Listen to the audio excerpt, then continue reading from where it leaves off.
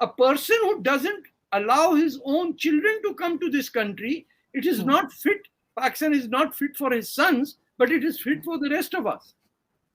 Exactly.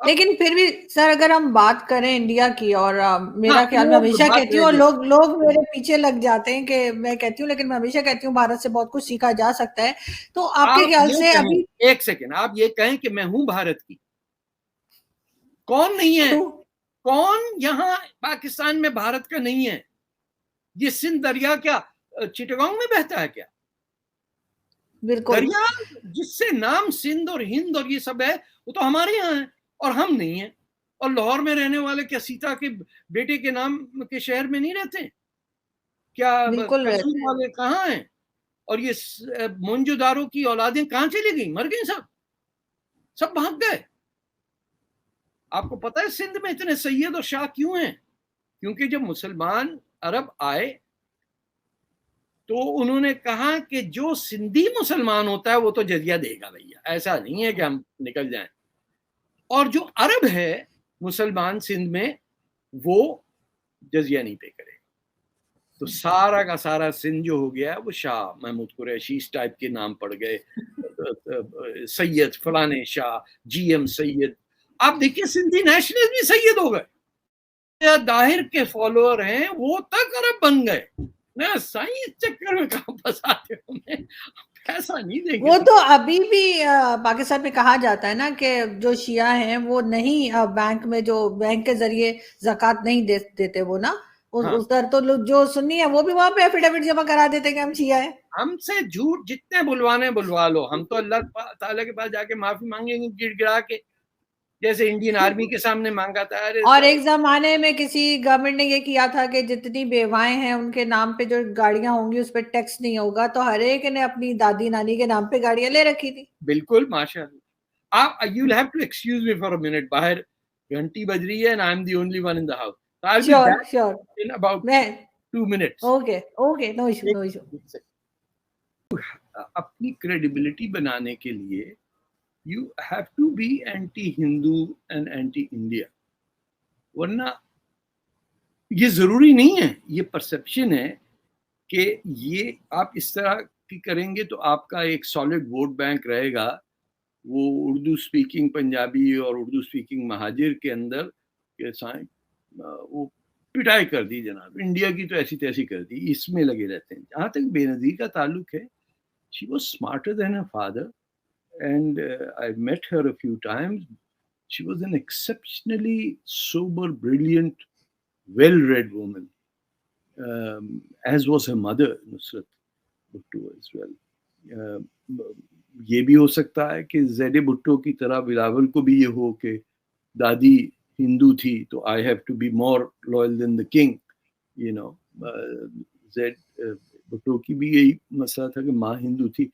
تو there are multiple things but I don't think any of them sincerely is anti-India. یہ ان کی strategy نہیں ہے، یہ ان کے ٹیکٹکس ہیں. Strategically, everyone realizes in Pakistan today کہ without trade, without cooperation with India, وہ برابری کی جنگ اب ختم ہو گئی. You are not there. اب G20 ہوگا جب سری نگر میں تو پاکستان کیا کرے گا؟ سوسائڈ بامر بھیجے گا کیا؟ قصہ ہی کلوز ہو جائے گا. اب اندازہ لگائیے کہ مودی جی نے کتنا زبردست موو کیا کہ انہوں نے کہا کانفرنس تو وہاں ہوگی صاحب سری نگر میں. تو جو بھی آ رہا ہے وہاں پہ G20 میں سے، برازیل سے آئے یا ساؤتھ افریقہ یا جو بھی ہیں G20 کے، they are accepting the sovereignty of India over the state of Jammu and Kashmir by simply appearing over there. تو وہاں اس لیول کی سیاست ہوتی ہے. ہمارے یہاں جو پرائم منسٹر ہوتا ہے وہ ڈیفینسو پہ ہی ہے کہ وہ ٹھیک ٹھاک آدمی ہے. Prime minister Sharif I think he is a sober person who could do great things, but اس کو جینے نہیں دے رہا کوئی جہاد کے لیے بھرتی کر رہے ہیں تو کوئی آگے سے ٹانگ کھینچ رہا ہے، کوئی پیچھے سے. سو یہ پنجابی میں ہم کہتے ہیں پیڑے کما دے پیڑے نتیجے. یہ شروع سے ہی آپ نے پاکستان کی سیاسی جو ترقی تھی اس کو ٹنگڑی دے کے گرا دیا. نے کہا اٹھ کے دکھا، پھر چپت جیسے ہی وہ اٹھتا پھر چپت مار دیتے ہیں.